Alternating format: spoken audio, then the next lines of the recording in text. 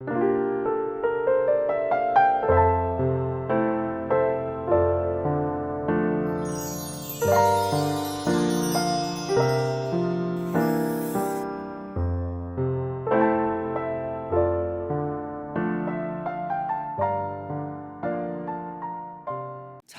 3장 27절에서 35절까지 말씀을 교독합니다.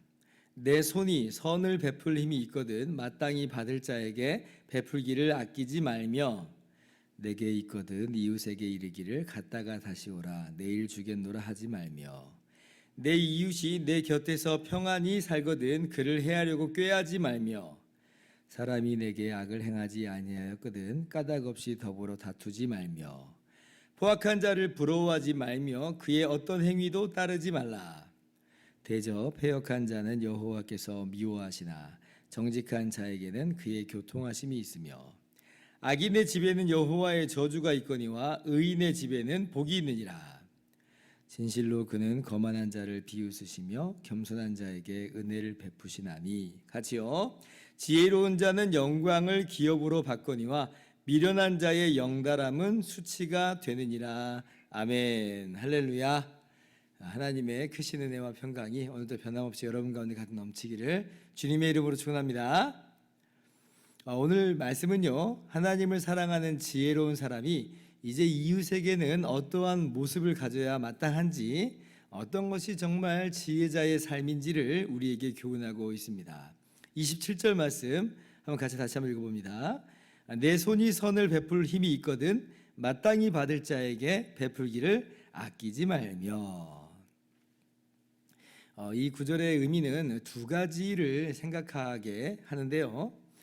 이 마땅히 받을 자가 누구냐라고 하는 것에 따라서 그 해석이 더 확대가 될 수가 있겠습니다.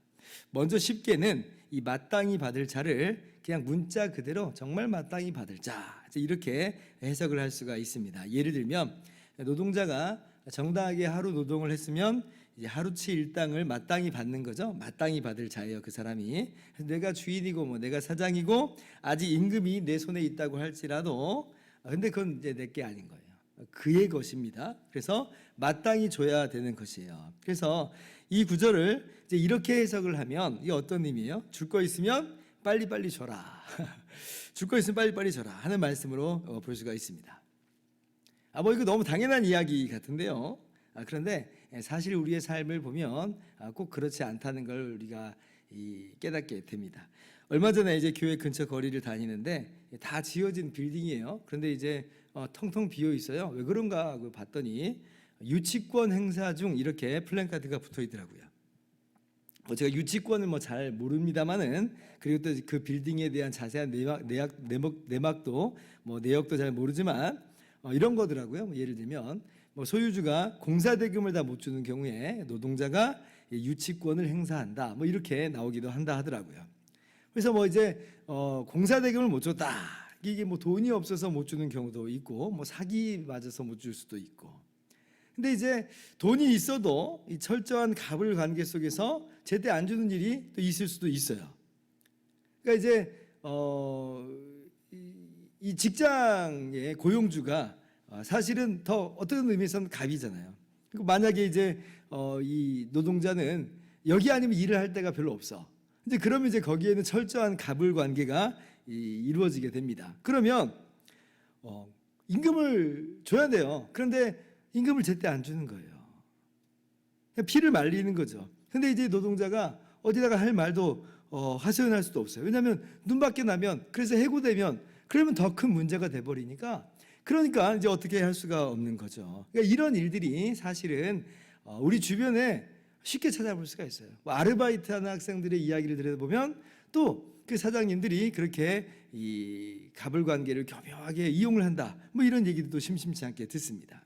그러나 신명기 24장 15절 말씀은 이렇게 말씀합니다. 품꾼에게 그 품삯을 당일에 주고 해진 후까지 미루지 말라. 이는 그가 가난함으로 그 품삯을 간절히 바람이라. 그가 너를 여호와께 호소하지 않게 하나 그렇지 않으면 그것이 내게 죄가 될 것임이라. 그러니까 성경적 원리는 뭐냐면 그 품삯을 당일에 주는 거예요.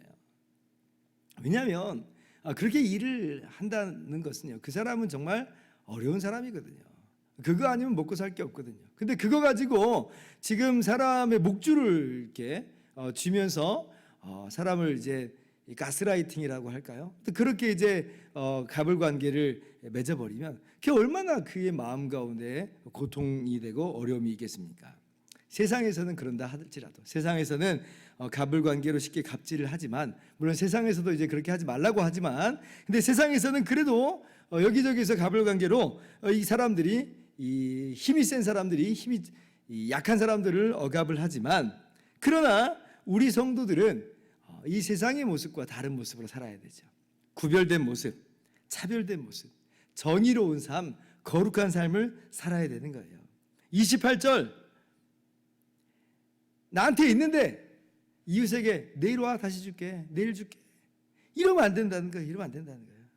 이웃이 평안히 사는데 그를 해하려고 꾀한다? 아니요, 우리는 그러면 안 되는 거예요. 어떻게 하든 그를 벗겨 먹으려고, 어떻게 하든 그를 더 이용해 먹으려고 하는 그런 악랄한 수를 우리는 두면 안 된다. 그래서 마땅히 받을 자에게 베풀기를 아끼지 말라라고 하는 것은 줄 거 있으면 빨리 줘라, 빨리 줘라, 정당하게 잘 값을 쳐줘라 라고 하는 것입니다. 두 번째, 이 마땅히 받을 자라고 하는 단어를 이제 가난한 사람, 이제 이렇게 해석을 할 수도 있습니다.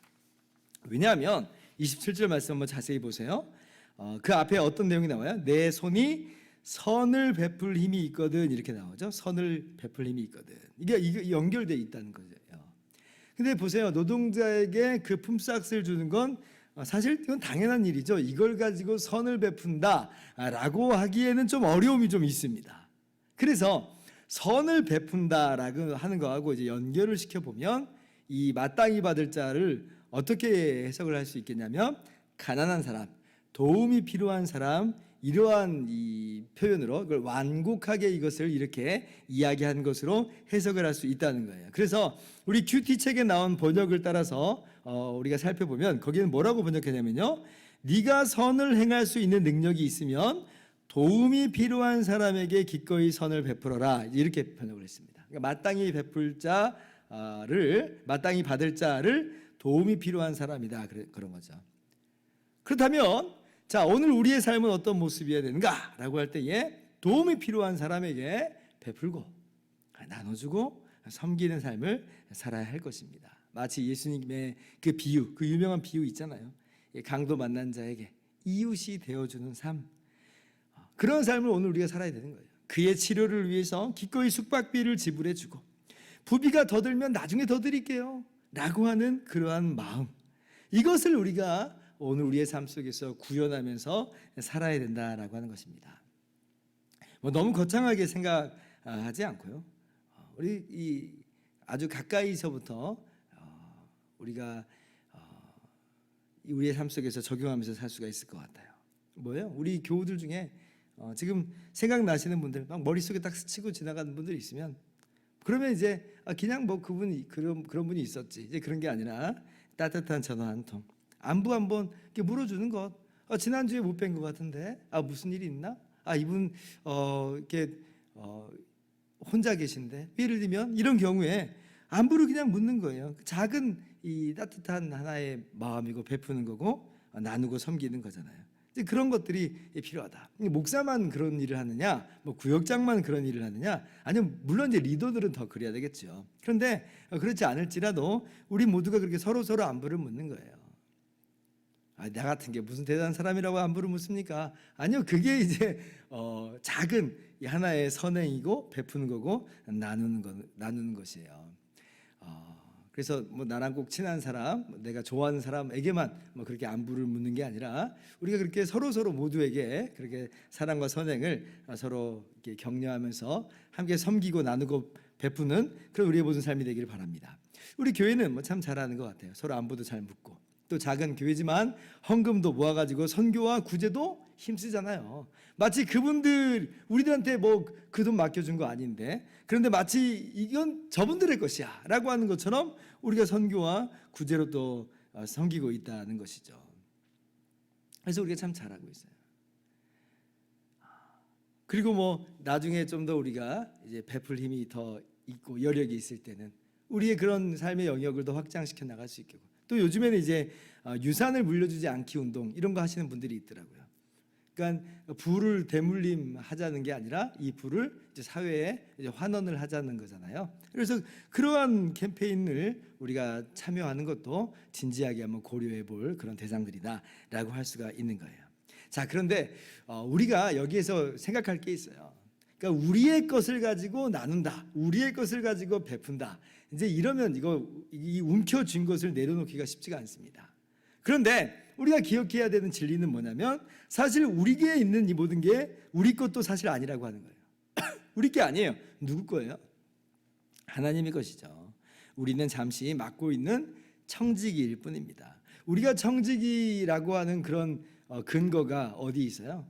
우리가 죽을 때, 우리가 세상 떠날 때 아무것도 갖고 가지 못한다고 하는 것을 보면 아하, 이거 우리 거 아니구나, 우린 청지기에 불과하구나 라고 하는 걸 깨닫게 됩니다. 여러분, 한 푼도 못 가져가잖아요. 여러분, 이 모든 것들은 다 하나님의 것이고 하나님께서 주신 것입니다. 하나님께서 우리에게 얼마나 놀라운 선물을 주셨는지 몰라요. 예수 그리스도로 말미암아 우리에게 거저 영생을 선물로 주셨어요. 그리고 또 우리에게 건강과 지혜와 환경을 허락하셔서 이만큼 우리 이 모든 소유들을 누리게 하셨습니다. 다 주께로부터 받은 것이다 라고 하는 거예요. 그래서 우리는 감사할 따름이고, 그리고 이제 거저 받았으니 거저 받은 것을 나누고 베푸는 그러한 삶을 살 수가 있는 거죠. 그래서 우리가 서로 밥 한 끼 대접하기를 힘쓰자는 거고, 서로 차 한 잔 대접하기를 힘쓰자라고 하는 것입니다. 31절 보세요. 31절, 포악한 자를 부러워하지 말며 그의 어떤 행위도 따르지 말라. 세상에 포악한 사람들이 있습니다. 자비가 없는 사람들이 있습니다. 도무지 나누지 않고 섬기지 않는 사람들이 있습니다. 그냥 억누르기만 하는 사람이 있어요. 이용해 먹는 사람이 있어요. 그 사람이 득세하고 그 사람이 잘 나가는 것 같아 보입니다. 그러나 그를 부러워하지 말라. 그를 따라가는 것이 진짜 성공의 비결이고 그것이 정말 잘하는 거냐? 아니라는 거예요. 부러워하지 말라, 부러워하지 말라. 그것은 성도에 마땅한 모습이 아니라라고 하는 겁니다. 32절 보면 그러한 모습은 하나님이 미워하시는 모습이다. 33절, 악인의 집에는 여호와의 저주가 있거니와 의인의 집에는 복이 있느니라. 아멘. 오늘 하루 복이 있는 사람의 삶, 그러한 지혜로운 삶을 살기를 바랍니다. 이웃을 사랑하는 멋진 삶을 사시기를 주님의 이름으로 축원합니다. 기도하겠습니다.